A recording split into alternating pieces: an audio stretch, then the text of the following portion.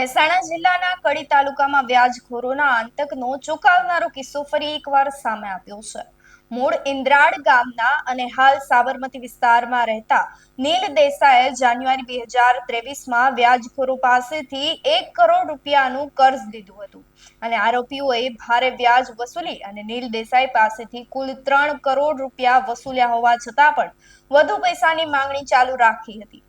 ફરિયાદ મુજબ વ્યાજખોરોએ નીલ દેસાઈને ધમકી આપી અને જબરજસ્તી કારમાં બેસાડી દઈ તેનું અપહરણ કર્યું હતું. તે દરમિયાન આરોપીઓએ રિવોલ્વર બતાવી અને જાનથી મારી નાખવાની ધમકી પણ આપી હતી. હવે સમગ્ર ઘટનાએ વિસ્તારમાં ભયનો માહોલ સર્જી દીધો છે. આ મામલે હવે પીડિત નીલ દેસાઈએ નંદાસણ પોલીસ મથકમાં ફરિયાદ નોંધાવી છે. ફરિયાદમાં જયેશ રબારિયા સાથે જ રામ નરેશ સિસોદિયા અને જીગર દેસાઈ સહિતના 5 થી 6 અજાણ્યા શખ્સો સામે ફરિયાદ દાખલ કરવામાં આવી છે.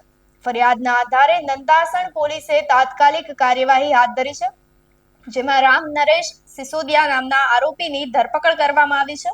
પોલીસ દ્વારા અન્ય આરોપીઓની શોધખોળ માટે અલગ-અલગ ટીમ બનાવી ચક્રો ગતિમાન કરવામાં આવ્યા છે. નંદાસણ પોલીસનું કહેવું છે કે સમગ્ર કેસમાં વધુ ખુલાસા થવાની સંભાવનાઓ રહેલી છે અને વ્યાજખોરીની જેમ ગેરકાયદેસર પ્રવૃત્તિઓ સામે કડકમાં કડક કાર્યવાહી કરવામાં આવશે.